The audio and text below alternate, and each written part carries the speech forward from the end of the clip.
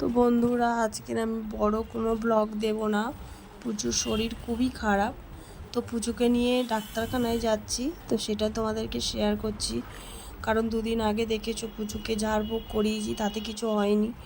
তো আবারও পুচুর শরীরটা খারাপ করেছে, তো প্রচুর দেম্মা এসেছে, প্রচুর দেম্মাকে নিয়ে চলে গেলাম ডাক্তারখানায়। তো এখানে দেখতে পাচ্ছ কত ভিড়, মানে আমাদের সকালবেলা নাম লিখিয়েছি 10টা নাগাদ, তো 50 নম্বরে নাম ছিল। তো আমরা ওখানে গিয়ে পৌঁছেছি 3টে নাগাদ। তো গিয়ে দেখছি সবে মানে 39 গেছে, তো তারপরে আমাদের লাইন।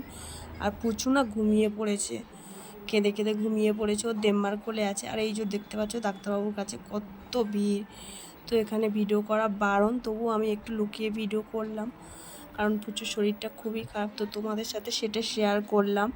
বড় ব্লগ আমি দিতে পারছি না, তাই এটা ছোট করেই ব্লগটা দিলাম। তো পুজো সুস্থ হয়ে গেলে বড় ব্লগ দেব, তো এখন ছোট করেই দিলাম। তো দোকানটা তোমাদের দেখালাম। তো তারপর আমরা পুজোকে নিয়ে ডাক্তার দেখিয়ে বাড়িতে চলে আসছি, দেখতে পাচ্ছ অটোতে করে উঠে। তো তারপর মানে অটোর থেকে নেমে পুচু মানে বলছিল কিছু তো খাচ্ছে না, একটু বিরিয়ানি খাও বলছিল। তো বিরিয়ানিটা নিয়ে আসলাম। তো দেখো পুচু একটু খাচ্ছে বিরিয়ানিটা। তো তোমরা কামনা করো যাতে পুচু তাড়াতাড়ি সুস্থ হয়ে ওঠে। তো আরও একটা নতুন ব্লগ নিয়ে আসবো তোমাদের কাছে, বড় ব্লগ। তো এই পর্যন্তই, তোমরা কামনা করো আমার পুচু মাটা যেন তাড়াতাড়ি সুস্থ হয়ে ওঠে।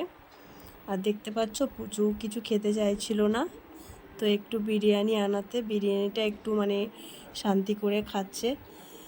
তো সবাইকে আজকের মতো টাটা।